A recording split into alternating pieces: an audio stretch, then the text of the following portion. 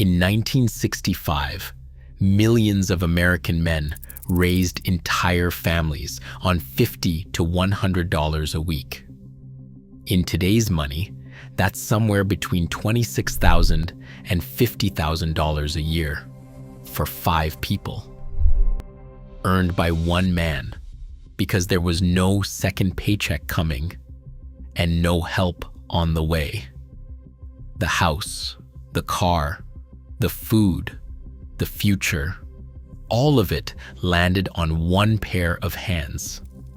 Most people assume those men managed because everything was cheap, and sure, bread was 22 cents. But the paycheck was small to match it. They weren't richer than you. They weren't luckier. They ran a system. And that system has been erased so completely that most men today don't even know it existed. Here is the principle underneath everything you're about to hear. Providing was never about how much came in. It was about commanding every dollar that did. A man's job, the way he understood it, wasn't to earn more. It was to need less and own more year after year until nobody could touch his family. Every one of the 20 ways on this list is that one principle wearing different clothes. None of it was an accident, and none of it was poverty. It was architecture, built on purpose, by men who never explained it, because everyone around them already knew it.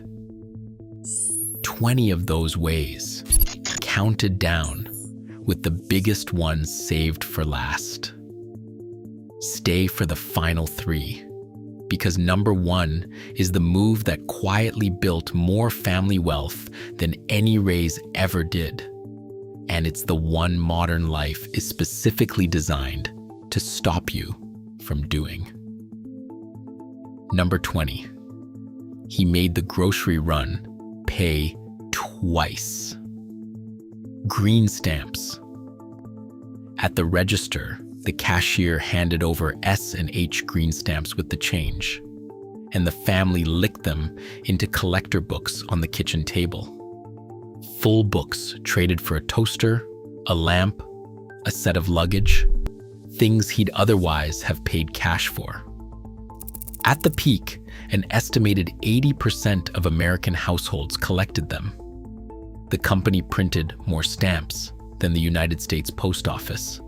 And in 1964, the S&H catalog was the largest single publication in the country. Call it what it was, a rebate system he worked with total discipline. The groceries had to be bought anyway. The stamps turned a cost he couldn't avoid into furniture he didn't have to buy. Some families furnished half a kitchen out of those books, and discipline was the whole difference. Stamps tossed loose in a drawer were worth nothing. Stamps in completed books were worth a percentage point or two of the entire grocery budget, every year, forever. Nothing left on the table, ever. Number 19. The chest freezer and the canning shelf. Before every home had a freezer, towns had locker plants, rented frozen lockers where a man stored half a steer bought straight from a farmer at a fraction of the counter price. When chest freezers arrived, that play moved into the basement.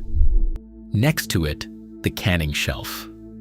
Pressure canner, hissing in August. Mason jars of tomatoes, beans, and peaches stacked like ammunition for the winter. Buying in bulk at harvest prices and storing it was the spread between wholesale and retail, captured by his own labor. The freezer was an investment with a measurable yield.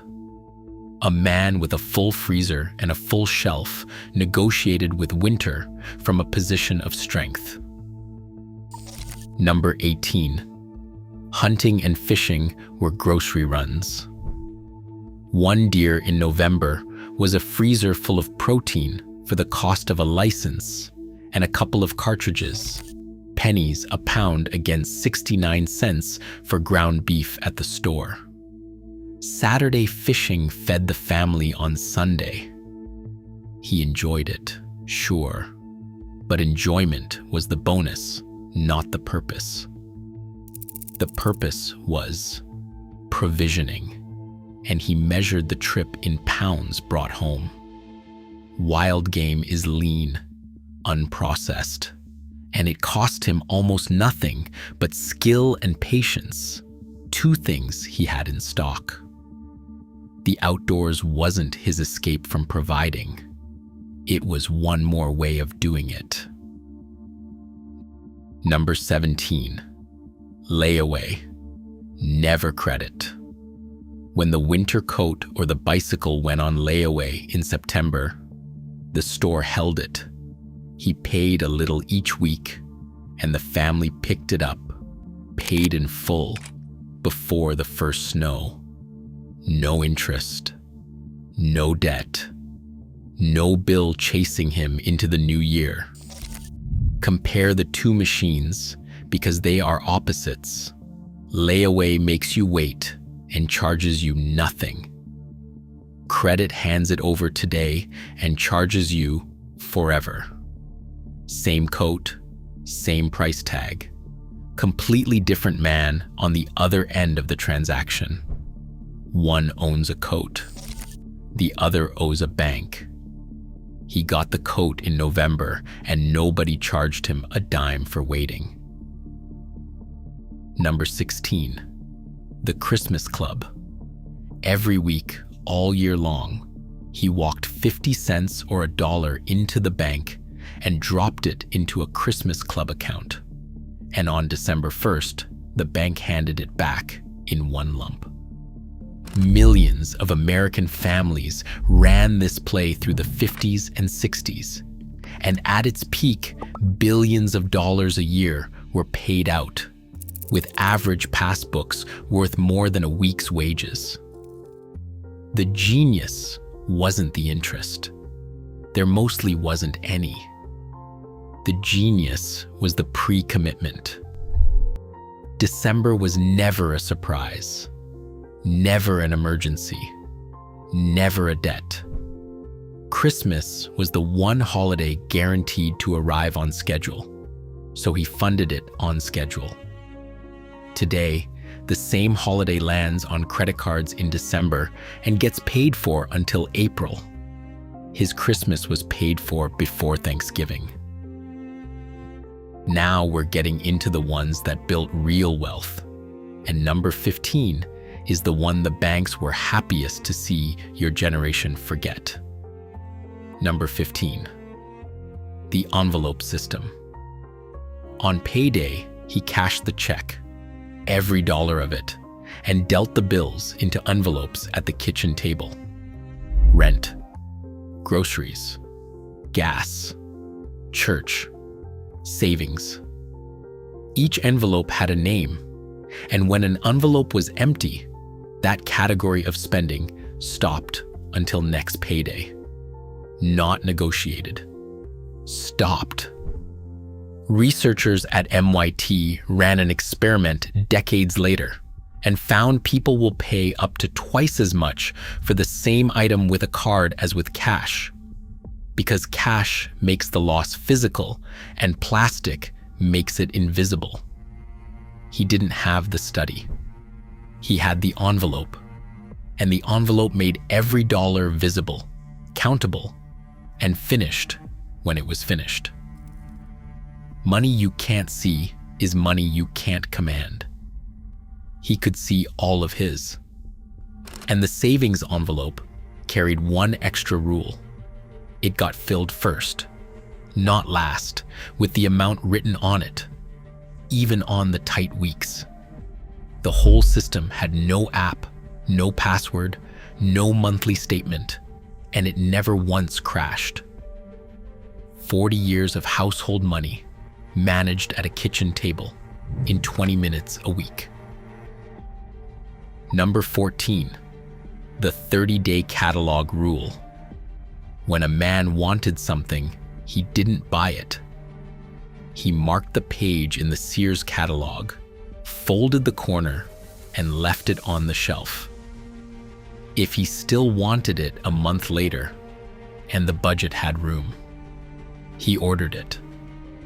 Most of the time, he flipped back to that folded page and couldn't remember why he'd folded it. Modern consumer research has confirmed exactly what he knew by instinct. The urge to buy is a wave. It peaks in minutes and dies in days, and a forced delay kills the majority of impulse purchases outright. Stores today are engineered to make sure no wave ever has to wait. One-click ordering exists because the 30-day rule worked. He put time between wanting and paying, and time did the negotiating for him. Number 13, one car, 1 decade. The family ran one car, and he intended to be buried with it. Oil changed in the driveway, points and plugs on a Saturday morning. The repair manual on the workbench next to the coffee. The car payment as a permanent monthly fixture of life. The thing you just always have. The way you have a phone bill did not exist in his world. You paid a car off, and then you drove it, payment-free, for years. And those payment-free years were where the savings account got fat. Today, the average new car payment runs north of $700 a month. Forever, rolled from one loan into the next. He would have looked at that arrangement the way you would look at a man renting his own shoes. He washed the car himself on Saturday, waxed it twice a year, and the car returned the favor by starting every single morning for 15 years. 200,000 miles wasn't a miracle. It was maintenance. Number 12. He bought it once. Goodyear welted boots that could be resoled 5 times. A wool overcoat that outlived the dog. Cast iron that went into the will. When he spent real money, he spent it on things built to be repaired, because the repairable thing, bought once, beats the cheap thing bought 5 times, every single time. And he could prove it on paper. The bootmaker's math hasn't changed. A quality pair, resoled for a fraction of replacement cost, runs decades. The bargain pair runs 18 months and hits the trash. Buy nice or buy twice wasn't a slogan to him. It was an accounting identity. Cheap was the one thing he couldn't afford. The next 5 are where providing stops being about money at all and starts being about skill. This is the part they really don't teach anymore. Number 11. Repair before replace. Always. Socks got darned. Shoes went to the cobbler. The toaster went to the repair shop because toaster repair shops existed. A whole economy of fixing that has been bulldozed and replaced with a cardboard box and a return label. His default question when something broke was, what is wrong with it? And the modern default is, what does a new one cost? And that single swapped question is worth thousands of dollars a year in either direction. A study of modern appliances found most are discarded over faults costing a fraction of replacement price to fix. He knew that without the study, because throwing away a working motor over a 2-cent belt offended him personally. Number 10. He bought tools instead of services. Every tool he bought was a bill he canceled for life. The $12 socket set paid for itself the first time it kept the car out of the garage. The latter paid for itself the first gutter cleaning. He understood something that's been buried under a mountain of convenience marketing. A service is a cost that repeats forever. A tool is a cost that happens once. And trading repeating costs for one-time costs is the whole game of getting ahead. His basement wall of tools wasn't clutter. It was a portfolio, and every hook on the pegboard was a subscription he'd never pay. The tool outlives the bill. Every time. Number 9. He fixed the house himself. A leaking faucet was a 15-cent washer and 10 minutes, not a $90 service call. He glazed his own windows, patched his own roof, snaked his own drains. And what he didn't know, the public library did, because the library carried repair manuals for nearly everything, and he used them. Each repair taught the next one, and the competence compounded exactly like interest, until almost nothing in the house could threaten him. That is the part the money does not capture. A man who can fix his own house lives in a different relationship with the world than a man waiting 4 days for a contractor to call back. One of them is at everyone's mercy. The other one is home. Number 8, the barter network. He rewired the neighbor's porch light. The neighbor, a mechanic, did his brakes that same month. No invoice in either direction, but both men kept the ledger in their heads, and both ledgers always balanced.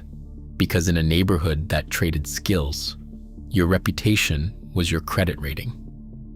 Plumber, mason, electrician, mechanic, every street had most of the trades on it, and the work flowed between houses without a dollar moving. Skills were currency, and a man made sure he had at least one worth trading. Cash poor, skill rich was a perfectly livable condition in 1963. The man with no skill to trade paid retail for everything, and everybody knew it. Number 7, the garden was a budget line. The backyard plot wasn't a hobby. It was a department of the household with a yield he could state in dollars. Tomatoes, beans, sweet corn, squash, rose planned in February and eaten through October. These were men whose families, during the war, had grown roughly 40% of America's fresh vegetables in victory gardens. And that habit didn't evaporate in 1946. It moved to the suburbs with them. Gardening researchers have since put numbers on it. A well-run home plot returns several times what the seed and water cost. He knew his return without a study. He weighed it, jarred it, and watched the grocery envelopes stay heavier all summer. And the garden taught his sons for free. The boy who weeded those rows learned where food actually came from, what it cost in sweat, and why his father read a grocery bill like a man sizing up an opponent. Groceries he grew were groceries he didn't buy. Number 6, the seasonal second job. When the furnace died, or the down payment was short, he did not refinance anything. He took on work. Weekend hauling, Christmas stockroom shifts, harvest work, a few months driving a second route. Moonlighting was common enough that the government tracked it. Millions of American men holding 2 jobs at once. But notice the discipline in how he did it. The second job had a target, a number, and when the number was hit, the job ended. It was a tool, not a lifestyle. He did not expand his living to fit the extra income. He aimed the extra income at one objective and shut it down after. Work was the lever he pulled when he needed more. Debt was the lever he refused to touch. Top 5. If you only carry 5 of these out of here, take these and stay for number 1, because it's the one nobody talks about, and it ties every other item on this list together. Number 5. The Lodge and the Union Hall. Elks, Moose, Oddfellows, the Knights, the Union Local. His dues, a few dollars a month, bought a safety net no insurance company sold. Sick benefits when he could not work. Burial coverage so a funeral never wiped out a widow. And a room full of men who knew his name and could find him work in a bad year. Before the word networking existed, this was mutual aid, and it was how working men insured the uninsurable. Sociologists have spent 50 years documenting what was lost when those halls emptied out. The connections that caught families before they hit the ground. When a man on the line got hurt, a hat went around the hall before his family ever missed a meal. Try pricing that with an insurance agent. He was not joining a club. He was buying his family a floor. Number 4. The worst house on the best street. He bought the small one, the ugly one, the one with good bones in the good neighborhood, and then his hands closed the gap. Paint, plumbing, a finished attic, a fence, year after year of Saturdays, sweat equity converting directly into market value. The numbers backed the whole strategy. American homeownership climbed from 55% in 1950 to past 62% through the 60s. The greatest wealth-building run ordinary families ever had. And the men who did their own work captured the contractor's margin on top of it. And he stayed put. No trading up every 5 years, no closing costs eaten over and over, no new 30-year clock starting back at year 1. He bought once, improved relentlessly, and let 2 decades of payments and paint do their quiet work. He didn't buy the house he could show off. He bought the house he could win. Number 3. He financed nothing that lost value. The first credit cards appeared in 1958, and he wanted no part of them. His rule fit on a matchbook. If it grows in value, you can borrow for it carefully, for example, the house. If it loses value the moment you own it, like the car, the sofa, the vacation, you pay cash or you wait. That one sentence is most of what any honest financial advisor will sell you today, and he carried it for free. Interest on a depreciating thing meant paying extra for the privilege of losing money. And once a man sees it put that way, he can't unsee it. The whole modern economy runs on people never being shown that sentence. Number 2, he paid himself first.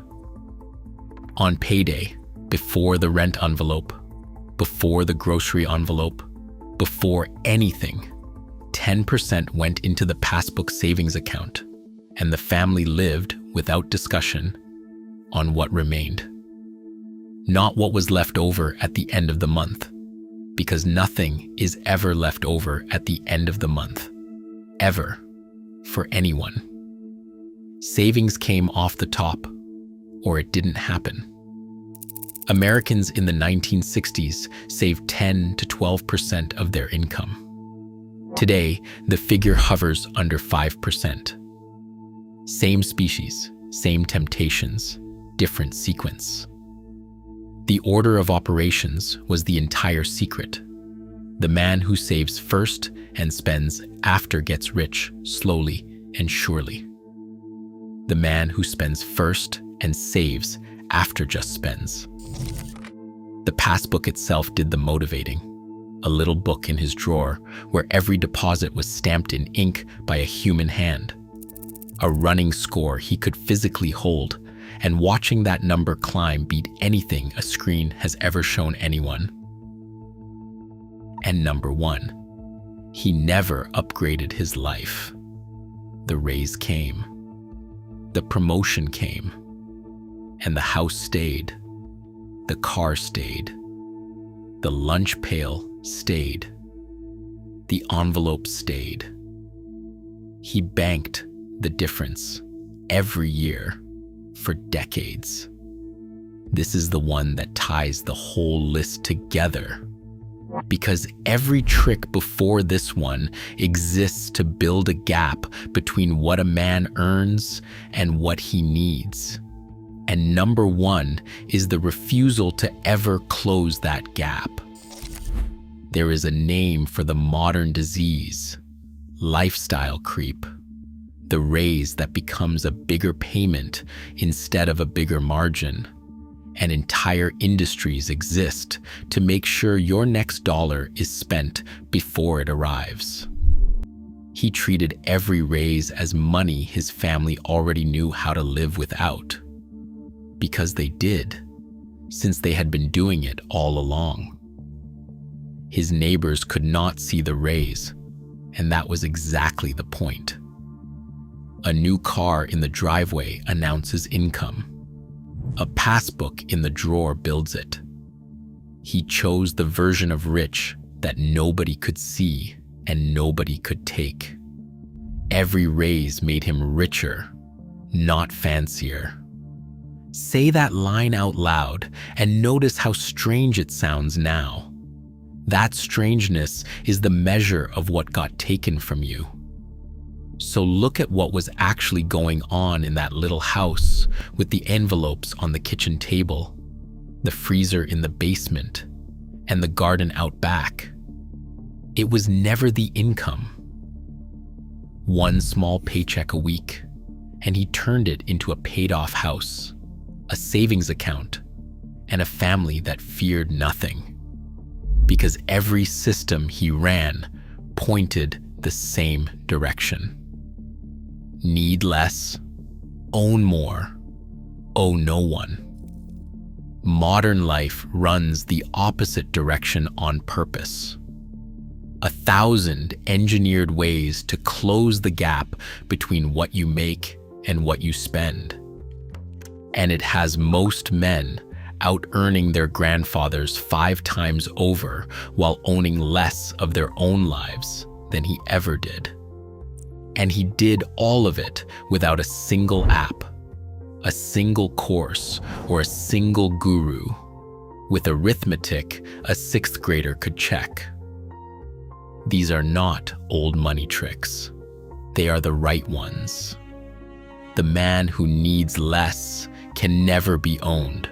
And that, more than the money, is what he was really protecting. So try one of these this week. The 30-day rule is the easiest.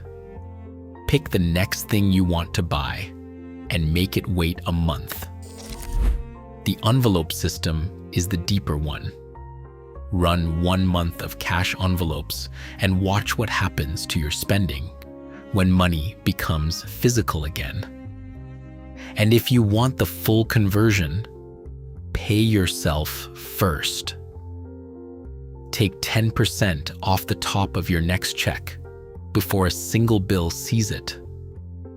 Then come to the comments and tell me what you tried and whether anything changed. I want to know if the envelope system still converts men the way it did in 1963. Share your thoughts below, and do not forget to hit the subscribe button. Thanks for watching, and I will see you in the next one.